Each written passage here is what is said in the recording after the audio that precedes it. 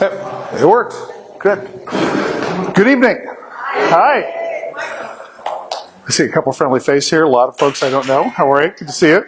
My name is Michael Hoskinson. I'm a resident of Huntington Beach. I'm currently sitting on the Huntington Beach Planning Commission.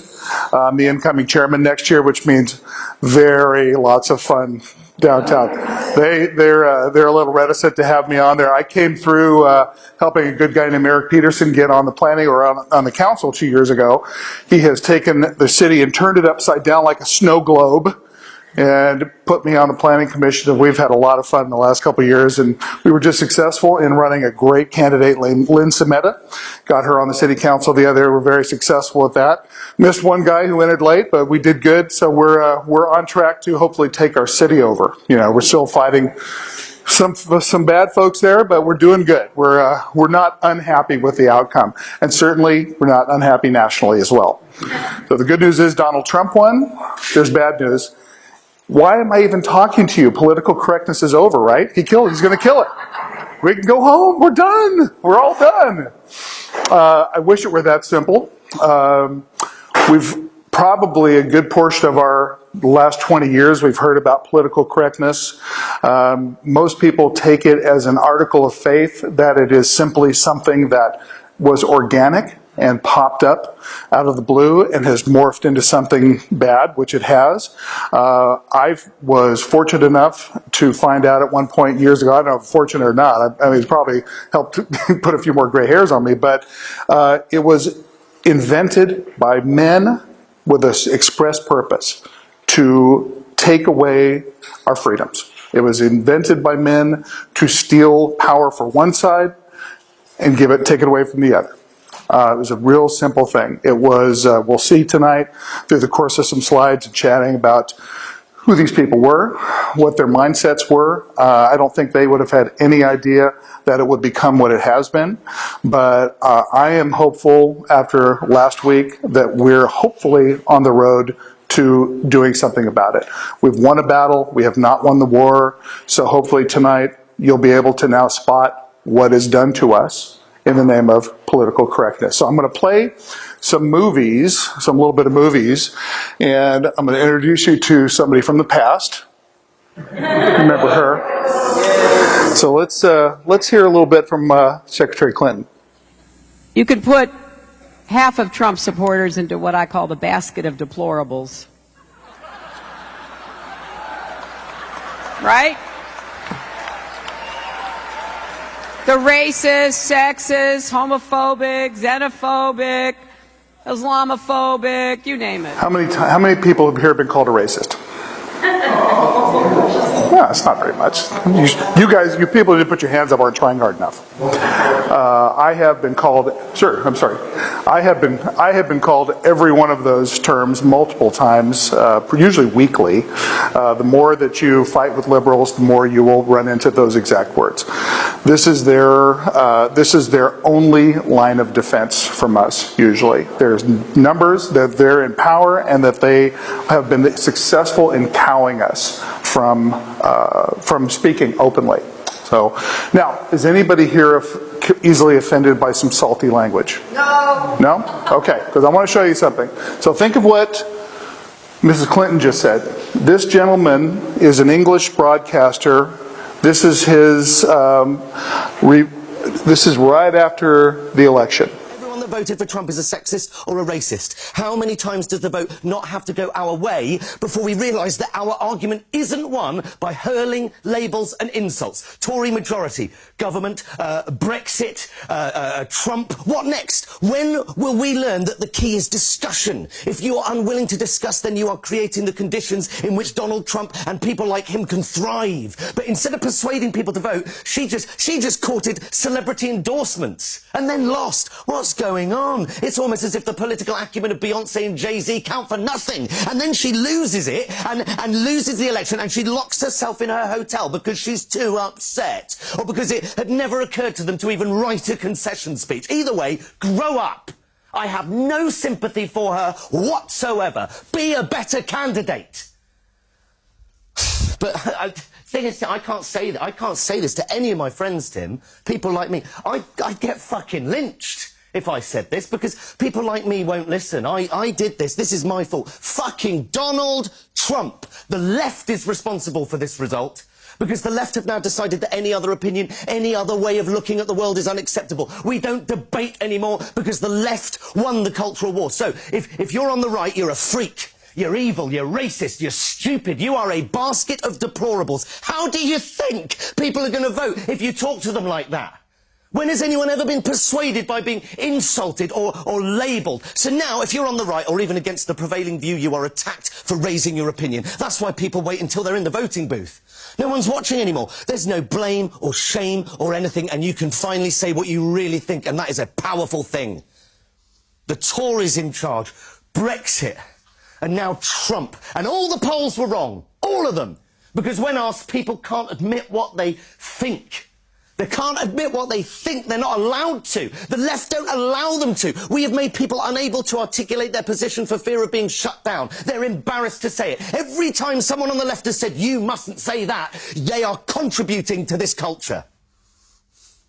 It's time to stop moaning. It's time to stop crying over spilt fucking Brexit. It's time to stop ignoring your opponents, or worse, trying to silence them. It's time to stop banning people from speaking in universities. It's time to stop thinking that reposting an article on your Facebook feed is political engagement, that banning a gymnast from doing what he's good at because he insulted someone's religion somehow achieved something.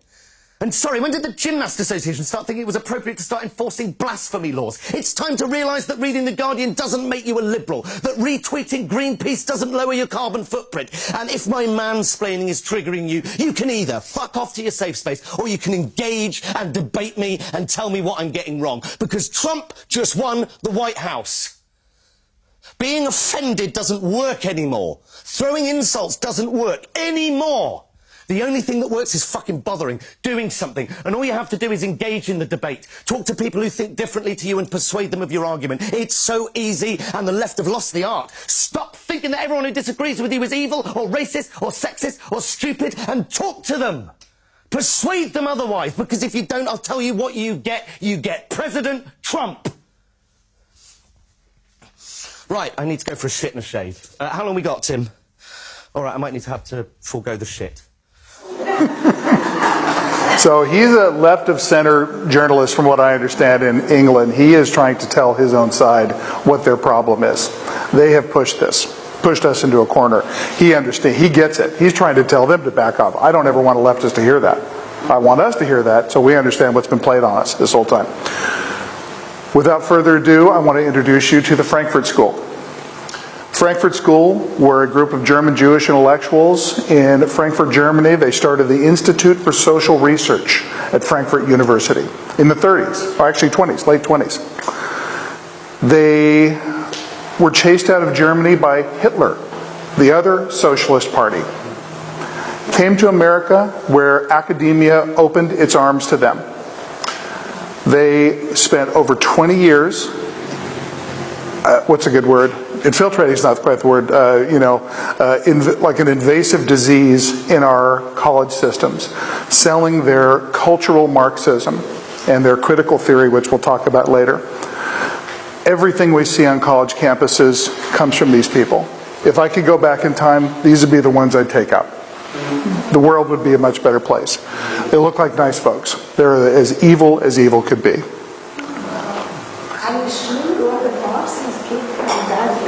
Yes. Oh, yeah. Yeah, I'll show you.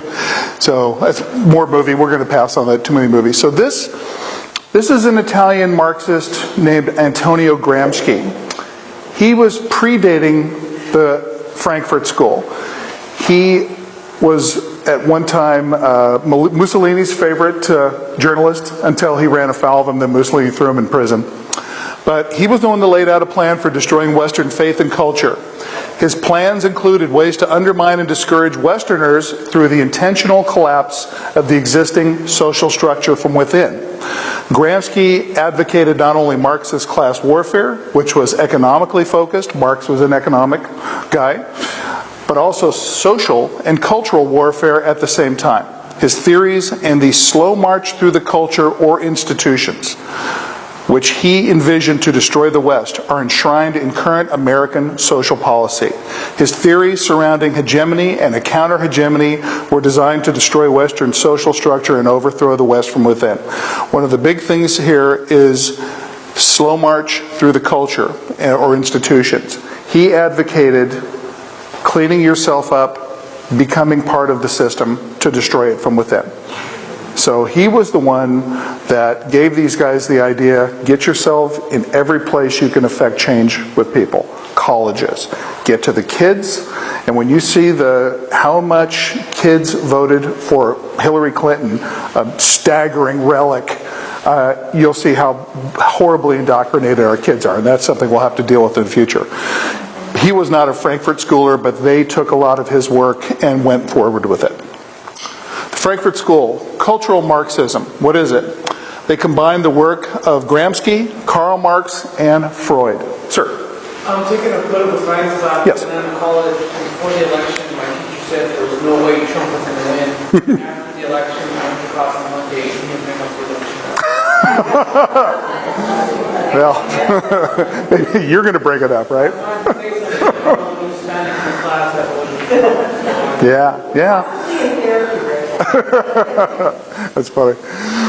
So they combined the work of these three. They threw Freud in because his work was destructive to human beings. It's a bad guy. I mean, there's all this garbage about sex. You know, they knew these guys were the intentional destructors of the mentality of human beings. They wanted to create chaos.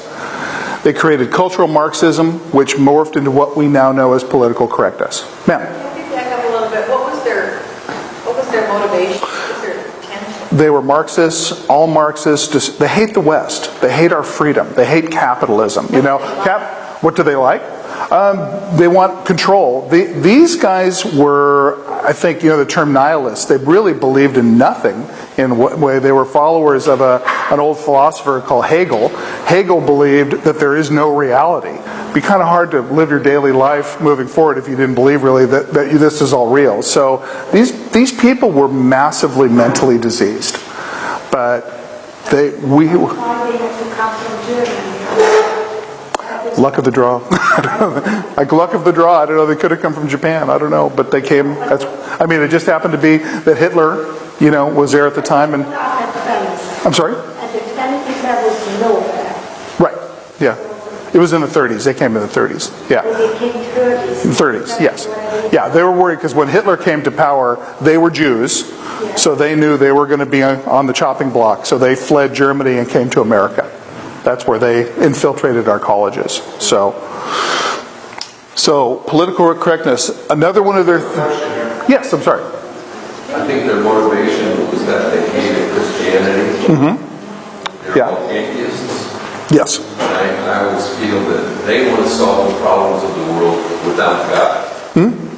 Well, they wanted their own vision of the world imprinted on it. I think that was their thing. You know, critical theory was their other thing they applied essentially, and we're going to look at that forward here. Critical theory was a notion promulgated by the cultural Marxist of the Frankfurt School that simply states there is nothing, no custom, institution, or moral precept that is beyond criticizing and destroying. It is a license to vandalize, and the fact that it was so swiftly embraced by American Academy after World War II remains a national disgrace. This is the writer Michael Walsh, who's written a phenomenal book called The Devil's Palace. And I've got it on the slide there a little bit. I've met him a few times. He's a phenomenal writer. This is it in a nutshell. These people reasoned that if they could get anybody they disagreed with to be silent, they would have won. And they're pretty close to it, you know, because the left now owns, or owned at the moment, still owns the White House. It owns Hollywood. It owns media. It owns the internet. They own every microphone there is. And everywhere we go, you're a racist, you're a homophobe, you're a xenophobe, you're a this, you're a that, you're a whatever, you know. But this is their only armor on us because we shirk from that. So we'll talk about that more later. But this is about silencing us. Once we are silent, there's nothing we can do after that. This is a poster. I did see the picture of the man here. This man, his name is Herbert Marcuse. He was one of the Frankfurt schoolers. This man lived until, I believe, the 1970s. He was one of, if we lived in the 60s right now, every one of you would know what Herbert Marcuse was. He was a counterculture hero to the left. He invented the phrase, make love, not war. These people have been like Zelig they're running through our culture for decades. He wrote a book called Repressive Tolerance. And see if we recognize this today. This liberating tolerance would involve the withdrawal of toleration of speech and assembly from groups and movements on the right, and aggressively partisan promotion of speech, groups, and progressive movements on the left. They got it from this man. He came up with it. So anywhere that you see one group, you'll see them, they could come out and say the same thing. If it was a group on the right, they'd be racist, bigot, homophobe. The left, they'd say the exact same thing. They go, oh, that's awesome. It came from this man. This is Herbert Marcuse, late in his life. This is Angela Davis. Make love, not war. These people were in our culture in the 60s. This is like cancer metastasizing in our body politic. But this is the guy. He was, to me, one of the worst. Jürgen Habermas, there's a couple of them, but he really got into the colleges. You know, in the 50s, after the war, and everything was much better, many of them went back to Germany. He stayed, regretfully. Here is their plan. And see if you recognize any of these. It's their 11-point plan. Number 1, the creation of racism offenses. Anybody notice that? Black Lives Matter, perhaps? The continual change to create confusion. As soon as you think you have a handle on something, they've already moved on to something else. And you're left behind. We're always 20 steps behind whatever their next offense is that they are creating. The teaching of sex and homosexuality to children. Herbert Marcuse was famous for putting out a theory called pansexualism. Just have sex wherever, no guilt, no nothing. And we know how harmful that is to human beings. They knew that, and this is why they sold that to the public. The undermining of schools and teachers' authority. Huge immigration to destroy identity. And we see this. We've known this for years now, that the left wants unchecked immigration for their voting. You know, that's all they care about, those people. They want to vote. Sir? My response would be, if you want open borders, make your house an open house. Show the strength of your relationship. Front door off hinges. Yeah. And hold signs around the city telling strangers they can come into your house and the stranger wants. I don't think it works that way. I think it's do as I say, not as I do with these folks. Yeah. So the promotion of excessive drinking, that's the only one I like. The rest, that's the one I just kept that one because I thought, well, at least they got one right. You know, the emptying of churches. This is an interesting one for me because I wasn't raised religious at all. My mom's Catholic. She chose not to raise me with any religion. I grew up a lot of my life believing religion was bad until I realized that the best people in my life were Christians, and they weren't ones who really forced it on you. And I started looking at this, but I started looking at religion as a glue that binds people, you know. And I don't look at it as a threat to society. I look at it as a good thing. I may not share somebody's particular views on a certain religion. I don't think, well, there's only one. I think Islam is definitely a threat. I don't call it a religion at all. But this is something they knew. These folks wanted to remove the glue of our society. They wanted to cast everyone out like a lame sheep to be eaten by a wolf. They want us separate. They don't want people together. So they wanted to break the cohesion of our society. An unreliable legal system with a bias against the victims of crime. Where do we see that? All over. Somehow the person that, stopped now I'm a concealed weapons holder. If I was told when I went and learned to shoot that in California today, if I have a righteous shoot that is 100%, the guy said, I'm going to kill you, Mike. I'm coming to your house on Friday at 7 p.m. And I sit there, he came and went, Pop, I'm going to jail. I'm going to lose friends. I'm going to spend hundreds of thousands of dollars. I'm going to be pilloried in my community. The DA is going to look at me because I'm a white guy that he's going, you're a perfect target for me. So This comes from here. I love 9. Dependency on the state or state benefits. We have just clocked over $1 trillion a year in unearned welfare for people. I think that's hopefully going to go away at some point. I have hope of that. Well, I think he got a lot from here. Yeah, I think he did. And we're going to talk about him down the road a bit. Control and dumbing down of the media. Hello, you know. And the last one, where the real glue was, encouraging the breakdown of the family.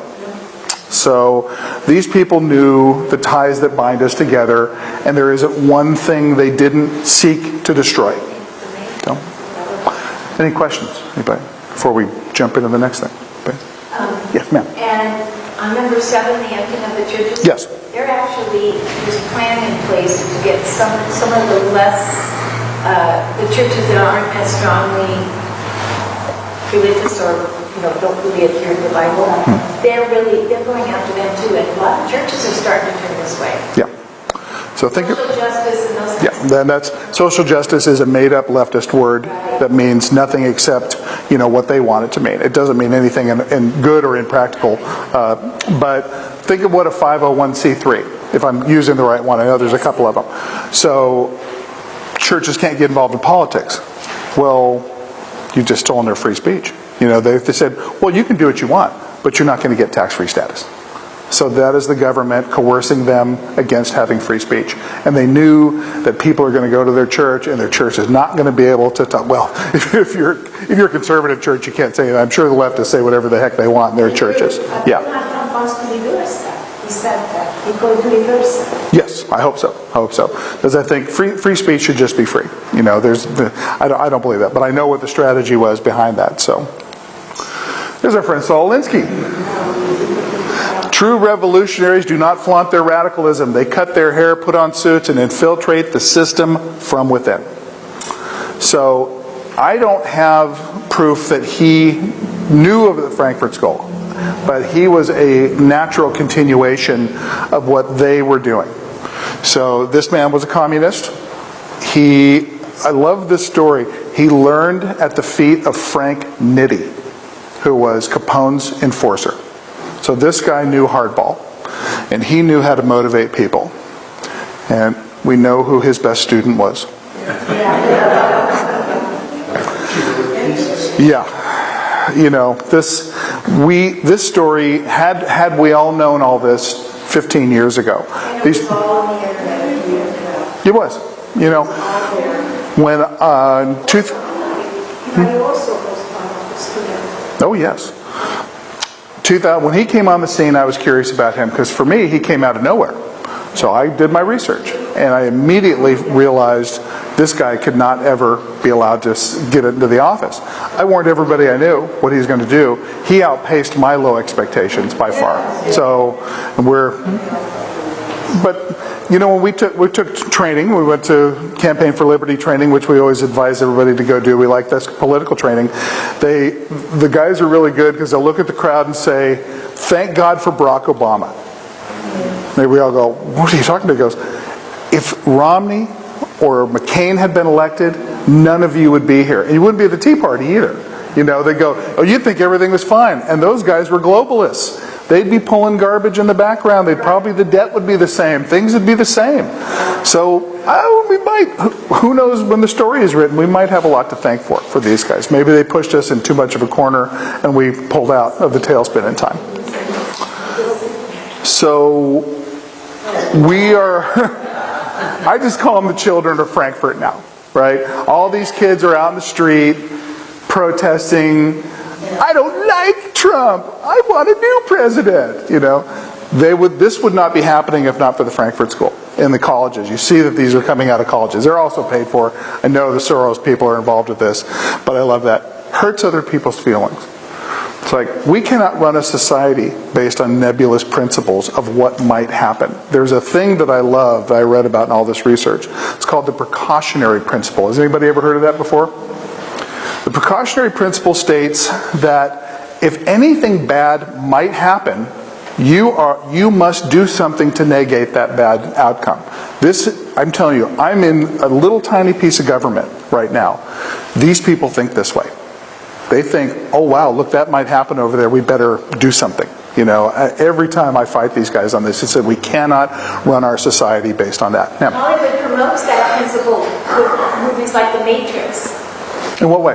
In that it's they presuppose you're going to commit a crime, so you're pre-arrested. Yeah, sure. And there's other movies that Yeah. have promoted that. Sure. It was a different movie. It wasn't Yeah. it was The Matrix. I think it was Yeah, yeah. But I know what you're talking about. Yeah, sure.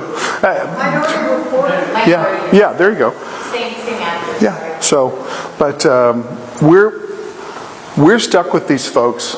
I don't know what to do about them right now. My concern has been for a long time that you've got a kid going to college now that is essentially a Marxist revolutionary. And I don't see that kid graduating and coming out of there and going, that was fun, now I'm going to go get a job in the regular world. I don't see that happening. And I'm afraid that we've got another 1960s ahead of us because of these people. And I don't know what to do about them. I do not have an answer for that. Yeah, I'm sorry to say. San Bernardino shooters. Neighbor didn't report shooter over fears of being called a racist. This is deadly. I mean, we can sit here and laugh about people that cannot speak their mind. This kills. You know, and the more we think about this, the more, and I guarantee you now that I suspect you'll be like me, that as soon as I figured out that human beings invented this, and that you will see this everywhere, let me apologize to you for infecting your mind. I'm sorry. I'm not comfortable with it, but I just felt once I learned this, I knew I had to talk about this. This is unacceptable. You know, what happened to see something, say something? You know? Yeah. 2.5 days into it, they didn't show that picture till the Right. third day, till they got care up there on the podium with the sheriff so that they could, tamp down our Yeah. over there. Yeah. And later in the year, they showed the path that he took went right over to the Christian table where he'd been sitting talking to the Christians. Nobody else if you look and see, everybody he shot were people that he was, don't forget he went to his Right. The whole Islam is another thing. We don't have to talk about that tonight, but The neighbors didn't say anything. Yeah. They were also Muslims, the peaceful Muslims. well, no, but not all of them, though. No, but No. just let's face the truth that that's their teachings is keep all the infidels. They're Yes. saying it freely or they're not saying it freely, but this is their teaching. Yeah, I don't want to go too deeply into this. After 9/11, I'm going to. I know, but I'm going to share. I'm going to share a little bit of this. The things I've learned. After 9/11, I read the Quran because I just like being informed. I don't like hearing things being put in my mind from other people. There's a number of things that struck me, and they're kind of similar to what we're talking about tonight. There's a thing called taqiyya. Taqiyya is a doctrine in Islam that a believer can lie to an unbeliever about the true intent of Islam. So my point to people is, and I've looked at Muslims and said this, I said, you know this is real, how can I ever trust anything you ever say? Because I'm looking at you telling you I'm an infidel. And they leap into all these explanations and, I'm not like that, I'm this. Who knows? I mean, if we, in a certain way, Catholicism, if you go and confess, you can relieve yourself of your sins. It's a much more extreme version of that. But it's hard to reconcile for me. There's another little part that is called abrogation. And this one's key into understanding Islam. The Quran is made up of short passages called surahs. They start at the beginning and they go by length. So if one was one word, then it'd be 2 word, 3 word, and on and on. There's 2 periods in Muhammad's life. There's the Meccan period and the Medinan period. The earlier period was where all the peaceful stuff comes from. This is all the joy and love and happiness. The second period is where all the let's kill everybody that doesn't believe like us. All of these are interspersed because they're all by how long each surah is. So they always point to the ones, oh no, look at this one. It goes, one thing, there's a magic decoder ring for Islam. And that is, the later the surah is a word from God. So the latest word from God is the true word from God. So they can look at it and go, hey white boy, Let me tell you, well, look at this one over here, peace and love, and they go, yeah, but it's that one. We know. So that's the way that is. So it's hard to reconcile that for me. I don't know what to do about it. It is not. But our God doesn't, and if I could be said to have anybody's God, I don't know one other than theirs that expressly says go kill anybody who doesn't think like you. That makes it a bit of a danger. So same as political correctness. Political correctness is mind control, is all it is. So it's no different in that regard. My old slide was why Trump might win. And this hasn't changed. I love this. I don't have time for it. That's why I like that guy. He's like, this doesn't make me money. I got stuff to do. Moving on. This is why this man is going to be very interesting to watch. I have no idea what he's going to do. But I have a lot of hope. I have more hope than I had 8 days ago. So this is something that I think about. Free speech and political correctness cannot exist in the same reality. This is what's called cognitive dissonance. Trying to hold two thoughts in your head, two competing thoughts at the same time, creates little frying sounds, a little smell of wires burning. It cannot exist in the same place here. Opposite is black and white, up and down. Choose one because you cannot have both. I hope you choose wisely. This is how they see us. And we've heard this all week now. These people are going fairly quickly through the stages of grief. It is fun to watch. Is anybody... Speaking of a German word, Schadenfreude, right? Taking delight in the misery of others. I'm having a little Schadenfreude this week. It's not bad, because their whole carefully constructed false narrative is falling apart in front of their eyes. But this is still how they see us. This isn't going away.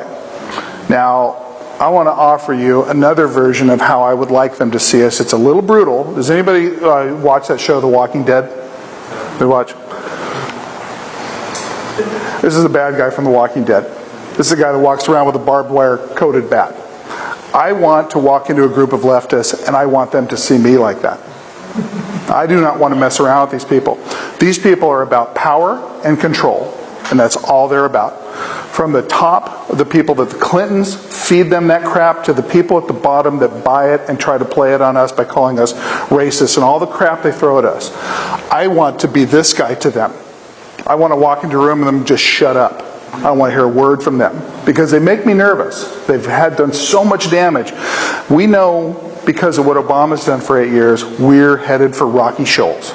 We're in trouble. Financially, culturally, spiritually, and we don't have time. We need to be this guy with them, not these people. This is the book I'd love for you to read. This is The Devil's Pleasure Palace. The writer is Michael Walsh.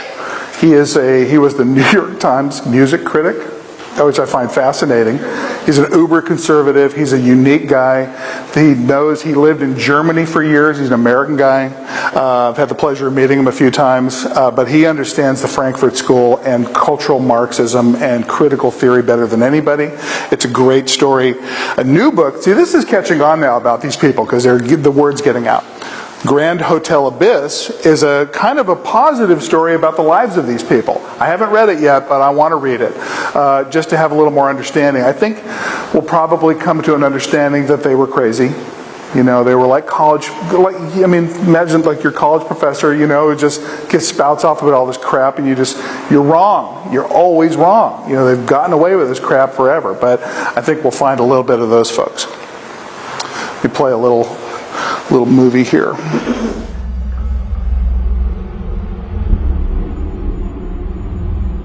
The United States has undergone a cultural, moral, and religious revolution. And a militant secularism has arisen in this country. It's always had a hold on the intellectual and academic elites. But in the 1960s, it captured the young in the universities and the colleges, and we had this great battle, cultural war begin then nationally. And since then, if you will, secularism has really achieved dominance in the academic community and the intellectual community and the entertainment community in Hollywood, among part of the political community. but not the nation as a whole. However, it is much stronger than it was, and so this is the basis of the great cultural war we're undergoing right now. And this militant, it is an anti-Christian, anti-God, anti-traditionalist revolution. It's partly the sexual revolution has a lot to do with it and how people live. And so we are two countries now. We are two countries morally and socially and culturally and theologically, and cultural wars do not lend themselves to peaceful coexistence. One side prevails or the other prevails, and the truth is that while the conservatives, in my judgment, we won the Cold War with political and economic communism, we've lost the cultural war with cultural Marxism, which I think has prevailed pretty much in the United States, or is now the dominant culture, whereas those of us who are traditionalists, we are, if you will, the counterculture. What exactly is cultural Marxism, the dominant culture of today? How did the founders of communism figure out a way to take over our country, not with guns and weapons, but with values and ideas? Let's take a closer look at this and see exactly how it happened. There was a man named Karl Marx. Marx got an idea. His idea was that the workers of the world should unite and rise up to counter an evil foe.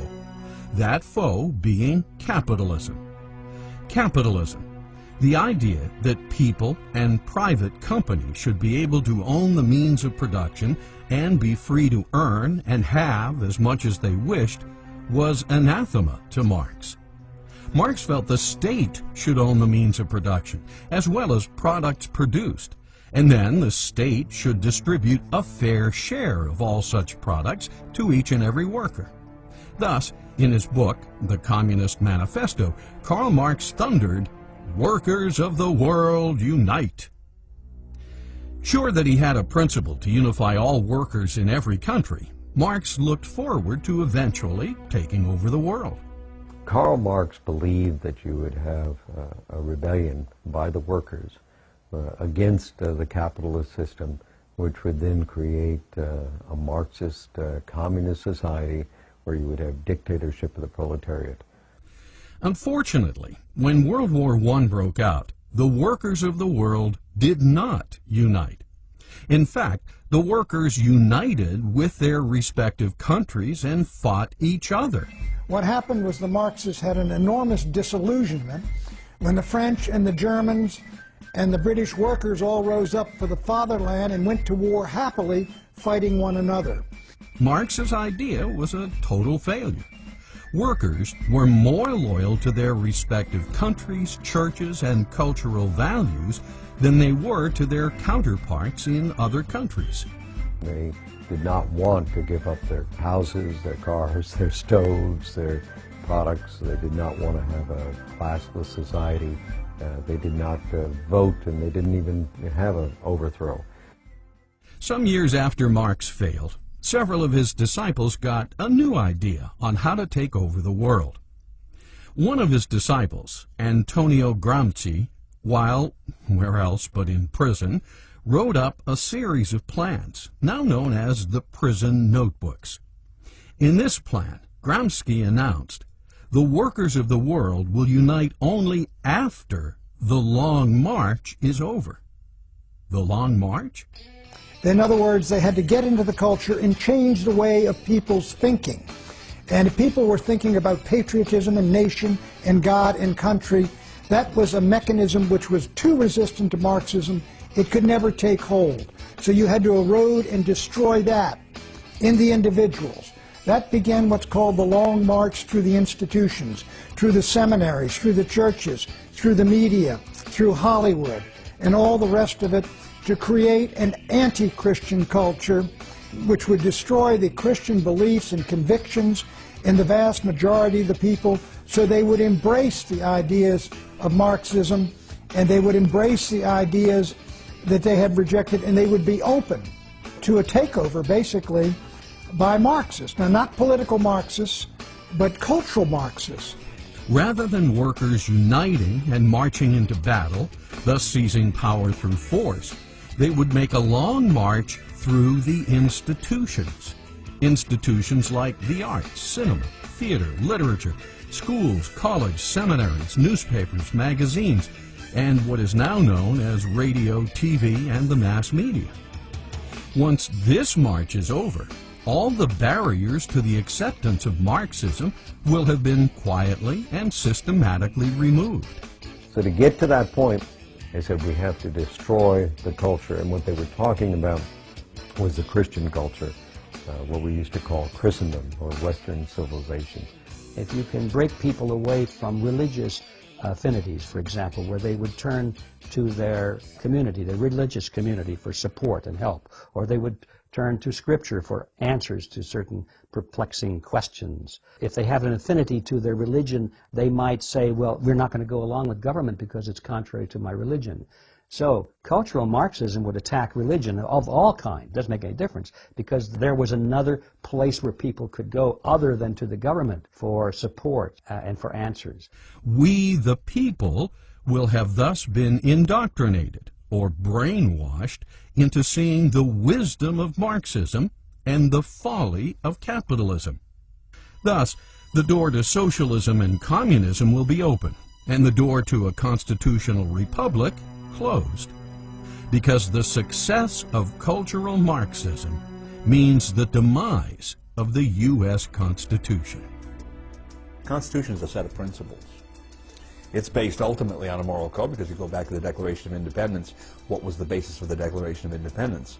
The law of nature and of nature's God, right? The ultimate moral code. But if you don't follow those principles, if you try, as the expression goes, shave a point off here and there to make a buck, or to be reelected, or if you're a special interest group to get some kind of a government subsidy, then the consequences are going to be in the long run deleterious to society as a whole. And there's the difficulty. There are too many people that are thinking in the short term and not applying these principles, which are designed to give us a long-term stability to this system.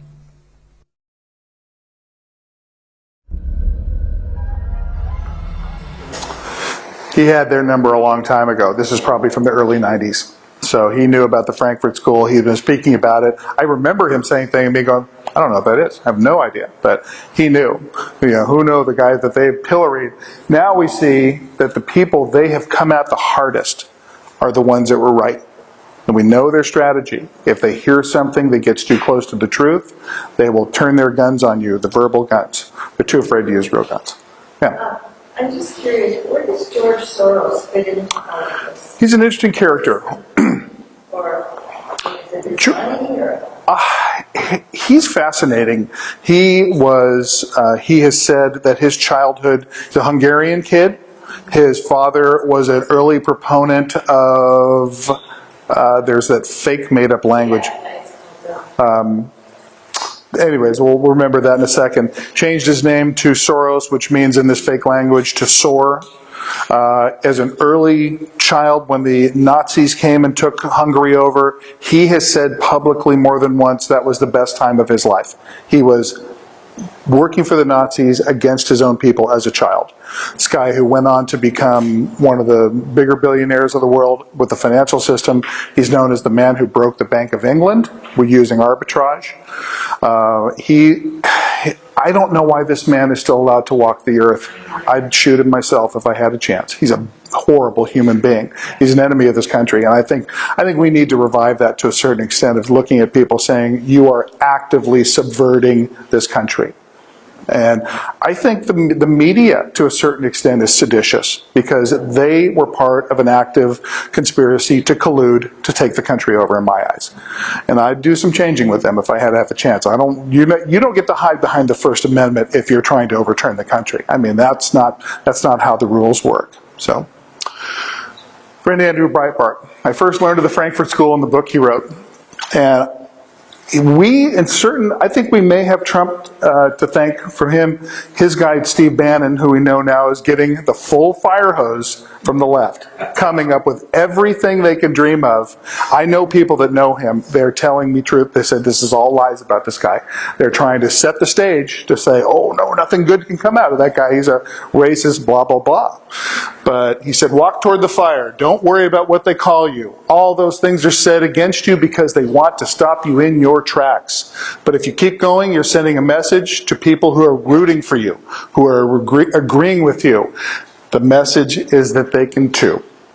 So that, when I found out about the Frankfurt School, and I fully realized that this was a group of men that wanted to take over the world, essentially. It's like a bad James Bond movie is what this is. And that they had their plan had worked beyond their wildest dreams. And all they did was brainwash people into anything that, like children. That's why I call them the children of Frankfurt. These are adults that are children. You hurt my feelings. Anything that they disagree with gets the fire hose. This guy had their number. And he taught us, and I'm sorry he's gone, but I think, he's reaching out from the grave right now. That's exciting. So, if I had any more, I think that's it. I just wanted to come and share this with you. That this, there's a great movie that I love. It's called The Edge. Anthony Hopkins, one of the brothers, I forget the brothers, but the guy, they go down in a plane in Alaska. They're chased by a bear. One guy's falling apart. The other strong guy looks at him. At one point he tells him to get up. He goes, what one man can do, another can do. And I always remember that, because if one person can figure this out and go tell other people, you can do this, and tell other people. And so never, ever listen to people who will try to shout you down and silence you. We are living the freest country in the history of the planet. We must defend it at all costs. So with that, I have your questions, whatever you want. Yes, ma'am. Well, my daughter is Boston. I'm sorry. And she lives in her history. She actually had Howard Zinn. Yes. He's another one that should have gone bye-bye. Yeah. I said, you had Howard Zinn? Wow. He was your professor. What did you guys think of him? We thought he was a crazy old man. But she came off from Boston, still a conservative Republican, which most of her friends are from New York. Yeah, good for her. You can't speak politics with them. But I read an interesting article in Weekly Standard recently talking about the subject.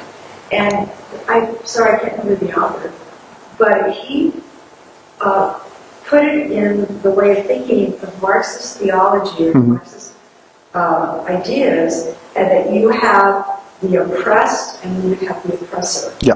And that everything they reframe into those terms, that you're either the oppressor or you're the oppressed. Right. So all of these poor minorities and all of that, and all that are the oppressed, and the white man are the oppressors. That's how they frame their picture of the way the world is. Absolutely. It's a good way to frame it. There's a word that I love, balkanization. The left has balkanized us. They have pit family against family and son against mom, and this is the evil that they do, because it's back to that thought of they attacked our societal glue. They wanted us to break apart. It's that in my mind I can see the poor little sheep wandering from the flock, and the wolves get it. They want us to be weak. When you're weak, you'll be accepting of anything. So yeah, they definitely wanted to balkanize us. Yeah. It seems to me that I've made this statement. I hadn't really put it into the Frankfurt School, but it's probably part of that. It's like our whole moral code or structure has shifted. It used to be there were certain things that you don't steal, you don't cheat, you don't lie, you don't. And now, and I remember my mother's family was very, very poor. My grandmother had 6 daughters she had to raise by herself. I mean, they wouldn't have, sometimes they got from the table hungry, they wouldn't have thought of stealing anything. Yeah. They wouldn't have thought that they would be justified in doing anything wrong. And now it seems like if you're wealthy or rich or comfortable, you're bad, and if you're part of your group, you're good. Of course. And that's our moral structure. Yeah. I have sat at a table with a woman that is a teacher at UCI.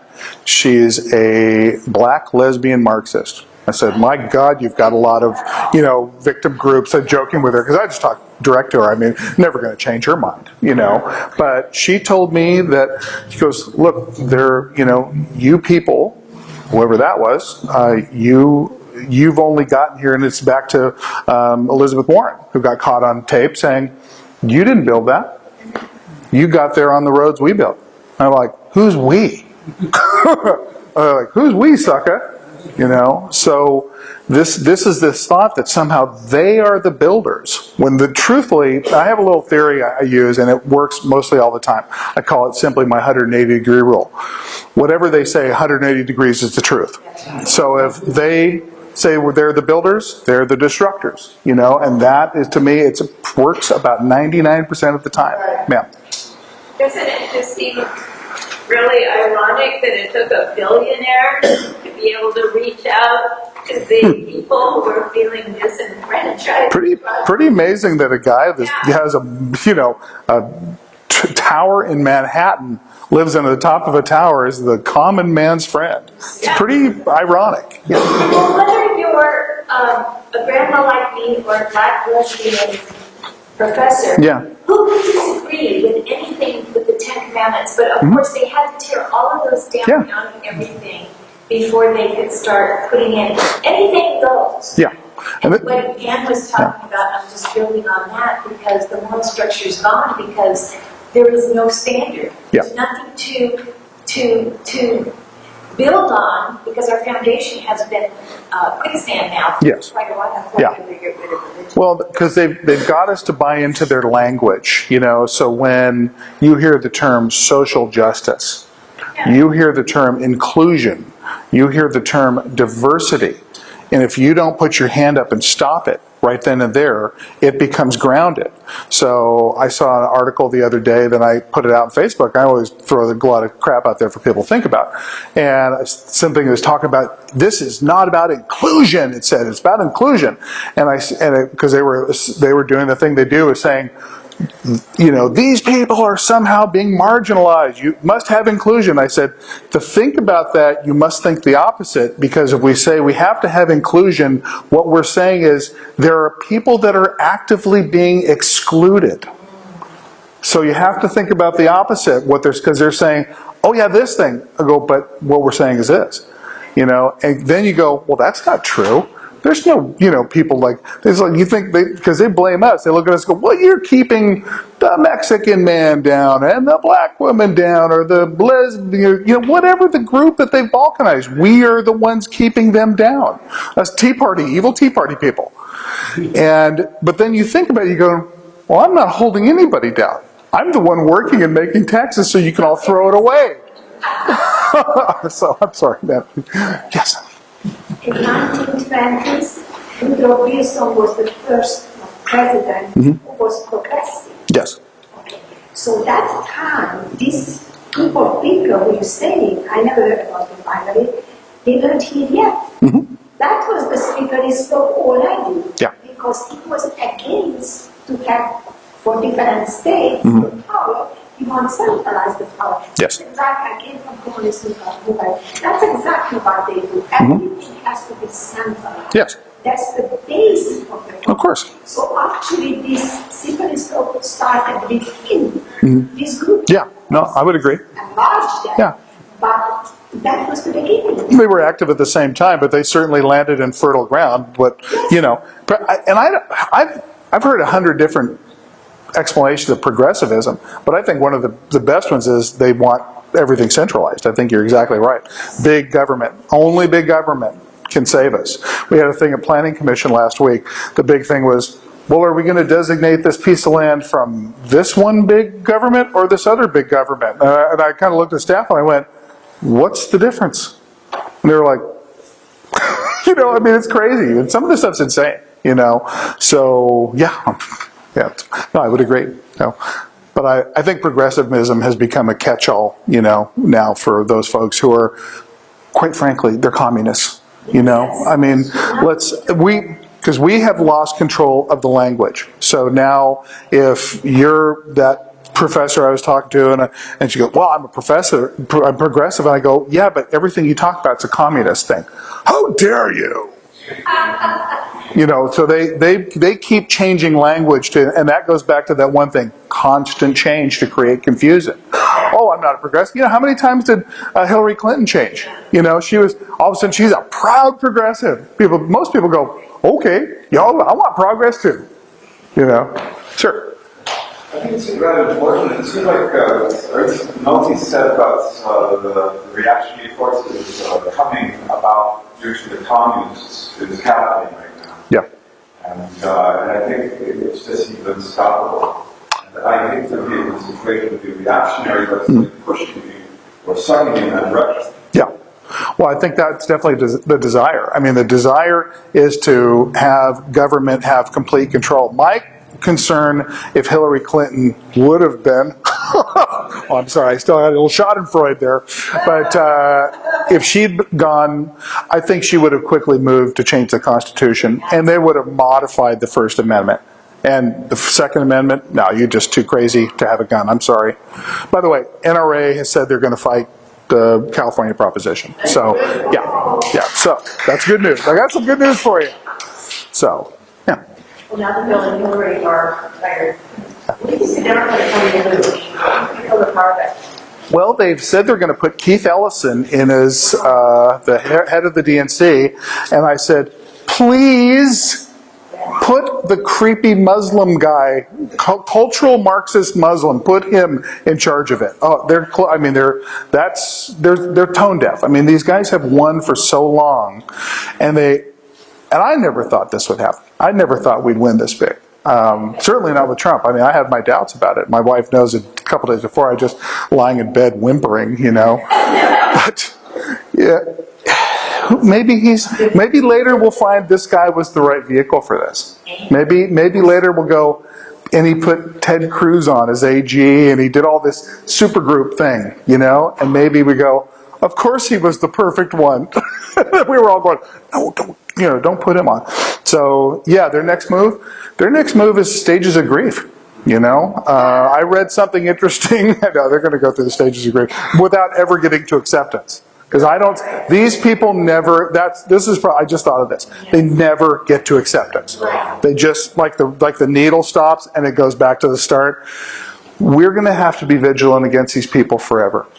They don't quit. And that's why I talked about the little children of Frankfurt. These kids who are in college, these poor little kids that have had this crap fed to them that is partially our fault that we allowed it to get this far.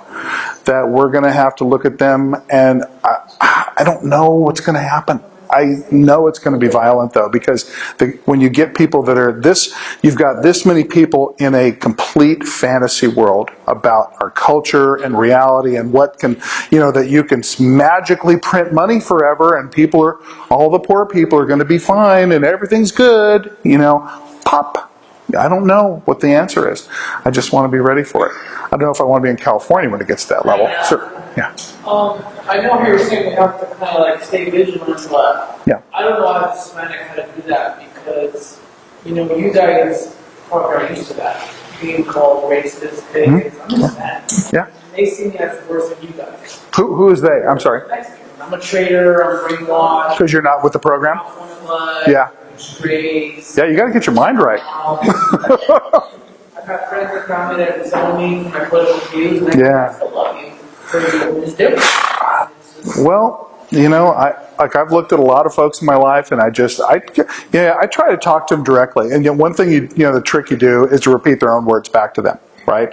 And how many times have you had people where they're going, "Oh no, Mike, you don't understand. Barack Obama's going to heal the nation." I had a friend who's a liberal buddy of mine. He's a good guy. I was trying to convince him in 2007. And I said, here's who this guy is. He's a community organizer. He's never worked a day in his life. He believes all these things. He's never done anything. He voted present during his, state senate. All these things. He just hasn't done anything. I just tried to look at him and go, I didn't want to slam him because he's liberal, but saying he hasn't done anything. And I kept pressing him. He finally did this thing. He balled his fists up and he says, Mike, we've got to end racism. Like that. End racism. And he was his face turned red. And I'd never seen my friend like that before. And I learned a lot about liberalism that day. And I thought, wow, you push them into a corner, you see the real that. And we're seeing that now. We're seeing who these people are. We've seen it every time you push them into a corner. This is where safe spaces come from. They can't handle this because they've been allowed to live in a fantasy world all this time. Yeah. A friend of mine over the weekend and we're Facebook on Facebook that she's very liberal. And Yeah. I said, hey, I really enjoyed reading your posts. And she goes, oh, yeah, I'm sure you do. I said, I really do, because I enjoyed reading some opposite things. Yeah. We got to talking a little bit more, and I said, you just need to give them a chance. Mm-hmm. Yeah. And she goes, oh, you mean like if people gave Barack Obama a chance? God. I said, I've been out of it. I thought he served 2 terms. Yeah. I thought he was a little twice. Did I miss something here? Yeah. Yeah. My people didn't give him a chance. Yeah. We're going to hear a lot about how the Republican obstructionism really stopped what he needed to do. We're going to hear a lot about that.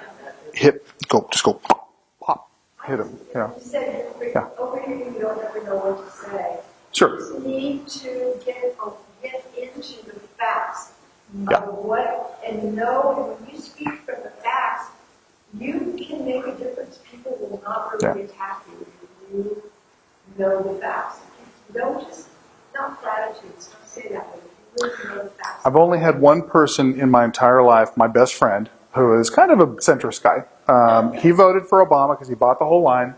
He wanted to cleanse himself of some impurities and, do that whole thing that people seem to want to do. And he is the only one in my entire life of people that came to me and said, I feel bad that I voted for that guy after a couple of years. The only one. So, after all this guy has printed and spent more money than every other president combined. He's doubled our debt. Where's the money? Nobody asks this question. Where is that money? And it's the Democrats that are always on the wrong side. They're the only ones that own slaves in the history. Right. Yeah. There was one Republican that owned a slave. Yeah. And so the racism is on the side. It's complete without racism. Well.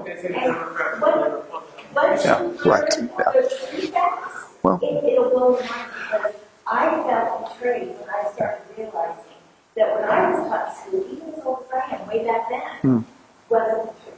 And I started to research on my own, and it'll set you free. Yeah. I have a feeling that whatever somebody is fixated on, they own that, right? I'm not fixated on race. They are. And I've told people going, you are the one talking endlessly about race. It's not me. I go, so whose fault is that? And who's the one who's racist? It isn't me. There's George Bush, not the most eloquent guy on the planet, but he said that great line, which is this soft bigotry of low expectations. And this thing that we do of society, certain people in society does, that says there are certain people in society that simply can't help themselves. And we need to help them, because there's no way. I was never taught that. I got thrown into the dishwashing room when I was 10 years old, when we had a family restaurant. And he's just saying, you get it done, whatever it takes. So I just don't believe, I think one man can do what another can do, and woman and child and everybody else on down the line.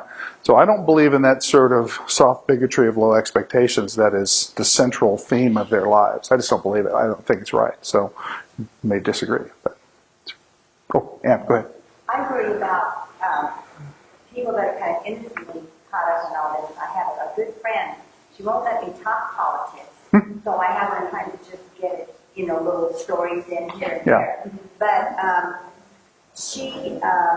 sure she's having some doubts about some of the stuff that happened under the Obama administration. But she's just a dyed-in-the-wool Democrat, and she just believes they're wonderful.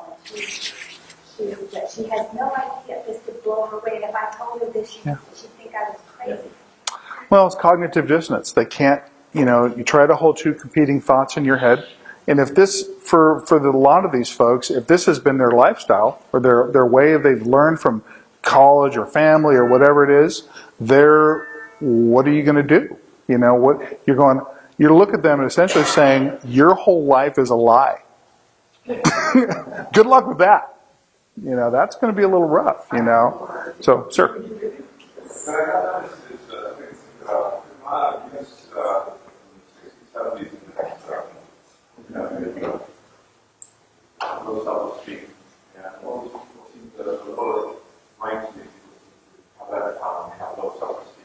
Well, I think there's something about, yeah.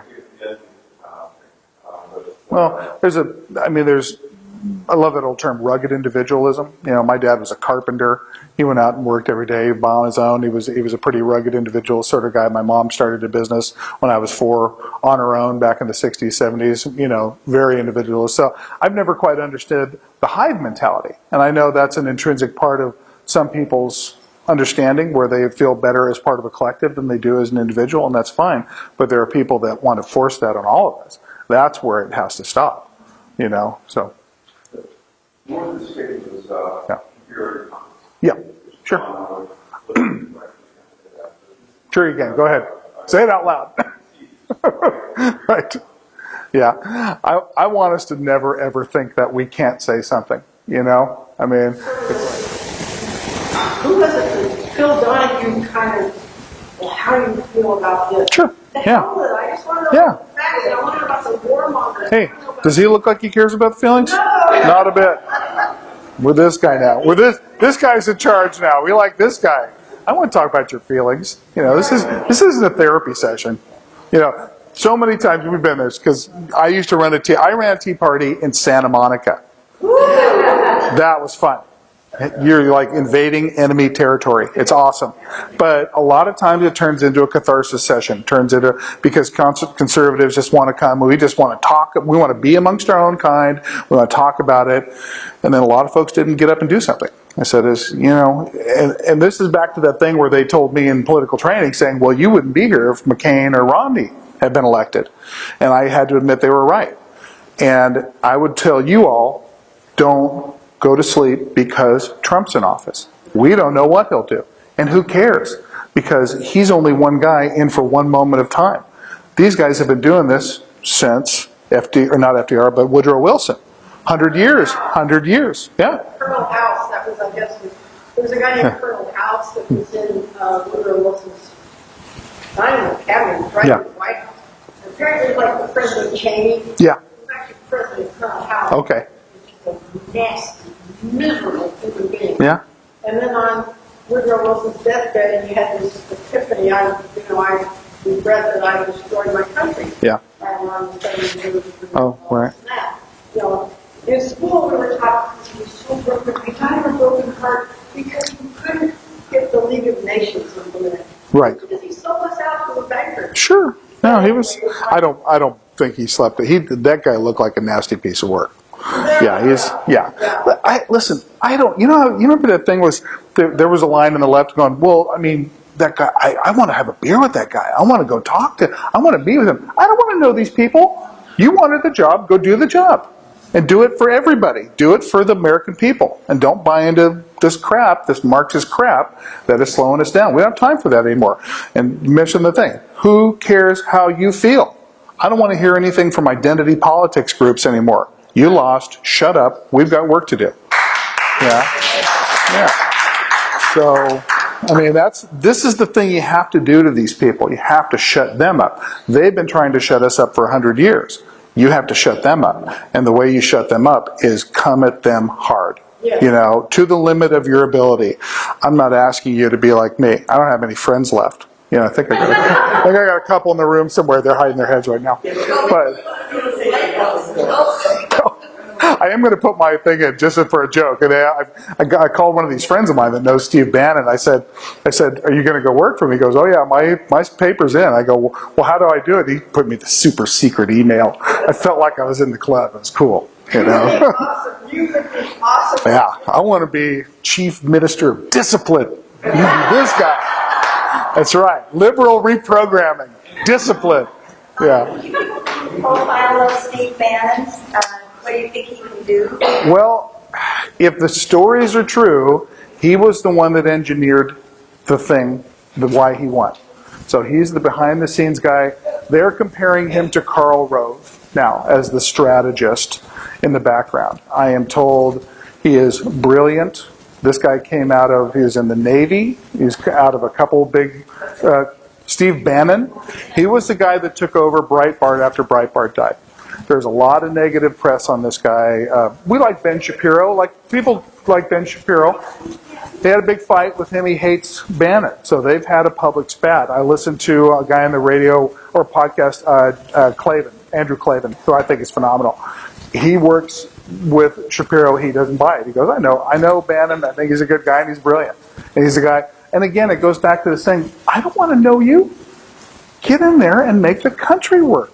You know, I mean, and this is the thing I said about Trump the whole time. This guy, I mean, every one of these guys has a titanic ego to take that job, right? I go, well, what is Trump? He's a builder. What's the greatest rebuilding project in human history? America 2016, right? I mean, for a guy like him, this is a pretty juicy carrot dangling there. So I have faith that his ego will make this work better. So,